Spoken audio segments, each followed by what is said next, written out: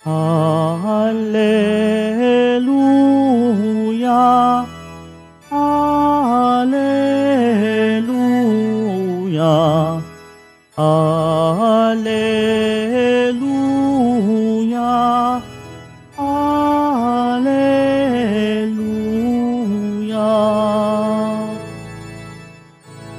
Buhay ang salita ng Diyos, ganap nitong natatalos, tanang ating niloloob.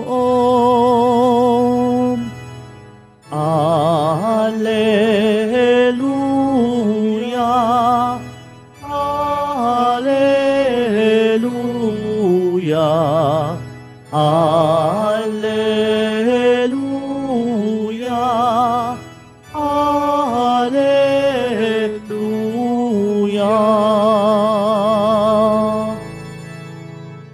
Sumainyo ang Panginoon. At sumayo rin. Ang pagpapahayag ng mabuting balita ng Panginoon ayon kay San Mateo. Papuri sa iyo, Panginoon. Noong panahong iyon, sinabi ni Jesus sa kanyang mga alagad ang talinghagang ito, ang paghahari ng Diyos ay katulad nito. Lumabas ng umagang-umaga ang may-ari ng ubasan upang humanap ng mga manggagawa. Nang magkasundo na sila sa upa na 1 denaryo maghapon, sila'y pinapunta niya sa kanyang ubasan. Lumabas siyang muli nang mag-iikasyam ng umaga at nakakita siya ng iba pang tatayo-tayo lamang sa liwasang bayan. Sinabi niya sa kanila, "Pumaraon din kayo at magtrabaho sa aking ubasan at bibigyan ko kayo ng karampatang upa." At pumaraon nga sila. Lumabas na naman siya ng mag-12 ng tanghali at ng mag-3 ng hapon at gayon din ang ginawa niya. Nang mag-5 ng hapon, siya'y lumabas uli at nakakita pa ng iba pang wala pa ring ginagawa. Sinabi niya sa kanila, "Bakit kayo tatayo-tayo lang dito sa buong maghapon? Wala pong magbigay sa amin ng trabaho eh." Sagot nila. At sinabi niya, "Kung gayon, pumaroon kayo at gumawa sa aking ubasan." Pagtatakip silim, sinabi ng may-ari ng ubasan sa kanyang katiwala, "Tawagin mo na ang mga manggagawa at sila'y upahan, magmula sa huli hanggang sa unang nagtrabaho." Ang mga nagsimula ng mag-5 ng hapon ay tumanggap ng tig-1 denaryo, at nang lumapit ang mga nauna, inakala nilang tatanggap sila ng higit doon. Ngunit ang bawat isa ay tumanggap din ng 1 denaryo. Pagkatanggap nito, nagreklamo sila sa may-ari ng ubasan. Sabi nila, "1 oras lang pong gumawa ang mga huling dumating, samantalang maghapon kaming nagpagalat nagtiis ng nakapapasong init ng araw. Bakit naman po ninyo pinagpare-pareho ang upa sa amin?" At sinabi niya sa isa sa kanila, "Kaibigan, hindi kita dinadaya. Hindi ba't nagkasundo tayo sa 1 denaryo? Kunin mo ang ganang iyo at umalis ka na. Maano kung ibig kong upahan ang nahuli ng tulad ng upa ko sa iyo? Wala ba akong karapatang gawin ng aking maibigan sa ari-arian ko? O naiinggit ka lang sa aking kabutihang loob?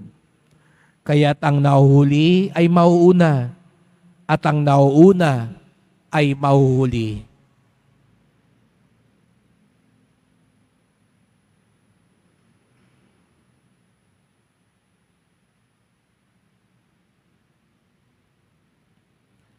Ang mabuting balita ng ating kaligtasan. Pinupuri ka namin, Panginoong Hesukristo. Magsiupo pong lahat. Magandang umaga po sa inyong lahat at maligayang pagdating sa tahanan ng ating mahal na pong Jesus Nazareno. Pinagdarasal din natin ang mga nasa online, lalo na po mga may sakit, nag-aalaga sa may sakit at mga kababayan kadeboto natin mula sa iba't ibang panig ng bansa daigdig na nais sumama sa misa dito sa Quiapo, sa Basilica Minor at Pambansang Dambana ni Jesus Nazareno. di lang minsan tayo nakakatagpo ng mga tao na inaakala nila na sa bandang huli, sapat na kung ikaw ay magbalik loob sa Diyos. May mga tao na ang akala ay buhay ay parang basketball na ang pinakamahalaga lang ay yung last 2 minutes. Totoo po yun, sa laro, mahalaga yun. Dahil kahit 50 puntos ang lamang ng kalaban, sa huling segundo, lamang ka ng isa, panalo ka pa rin. Sapagkat ang pinakamahalaga lagi ay kung ano yung huling segundo. Kaya nga, alam nyo po, noong unang panahon, lalo na yung mga hari, yung mga nasa kapangyarihan, na alam nilang palalo ang kanilang buhay, meron sila laging isinasamang pari. Dahil ang katwiran nila, maging palalo na ako, mamuhay muna ako sa gusto ko, lalo na yung masama. Basta pag ako'y maghihingalo na, mangungumpisal ako para patawad pa rin ang matatanggap ko at langit pa rin ang pasok ko. Dahil para sa kanila, ang mahalaga sa huli, nakapagbalik loob ako. At kadalasan, alam niyo po, ang talinghaga ngayon, ang ginagamit na katwiran. Total, yung huling tinawag na 1 oras lang, ganun din ang tinanggap. Katulad din nung mga nagtrabaho mula nung pagsikat pa lang ng araw. Wala naman palang pinagkaiba yung tinanggap ng mga nauna at nahuli.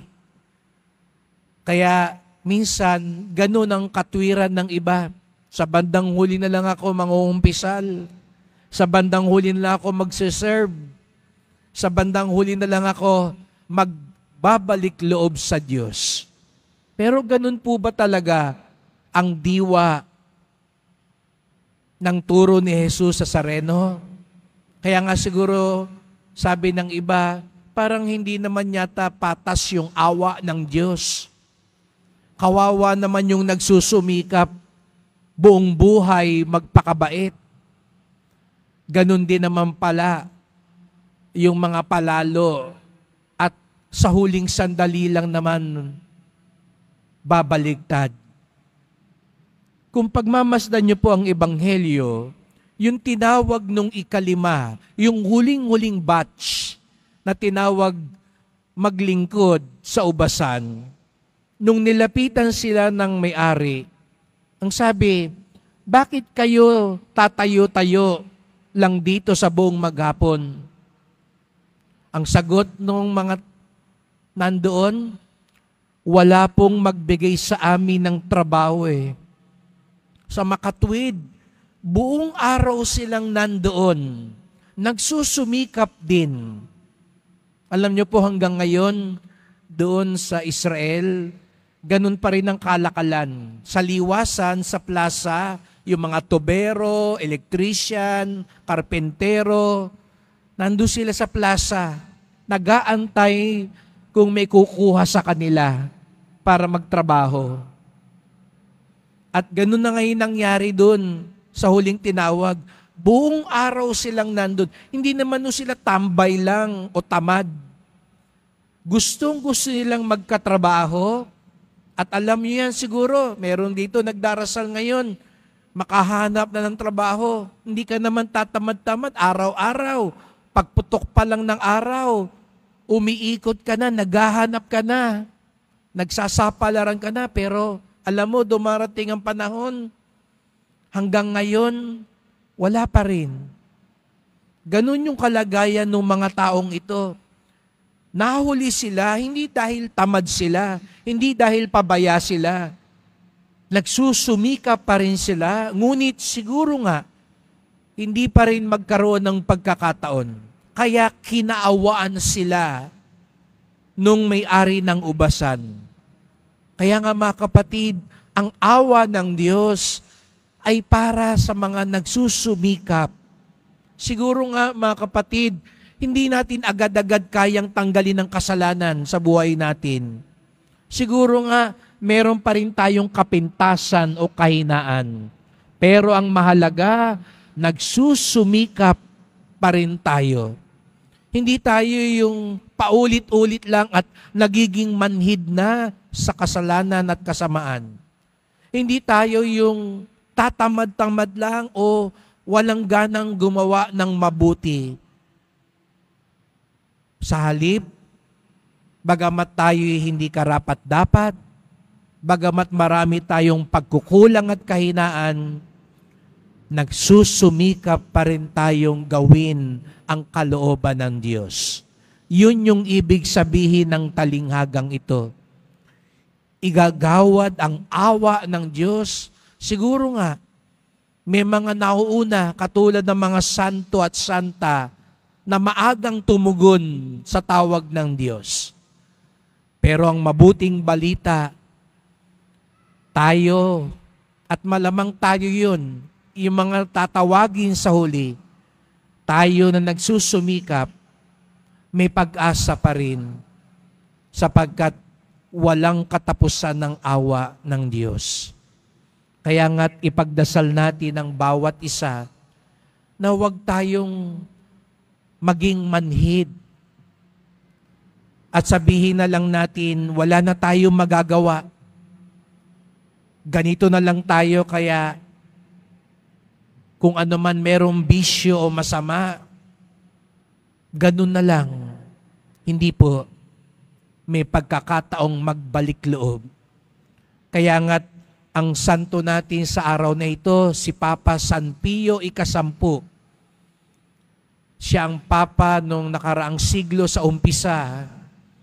Ang kanyang motto ay, renew all things in Christ. Restore all things in Christ. Papanibaguhin ang lahat kay Kristo. Sapagkat naniniwala siya, tayong lahat tinatawag ng Diyos. Tayong lahat may pag-asa dahil sa awa ng Diyos. Tayong lahat tinatawag magsumikap dahil ang Diyos din nagsusumikap, tawagin at panibaguhin tayo.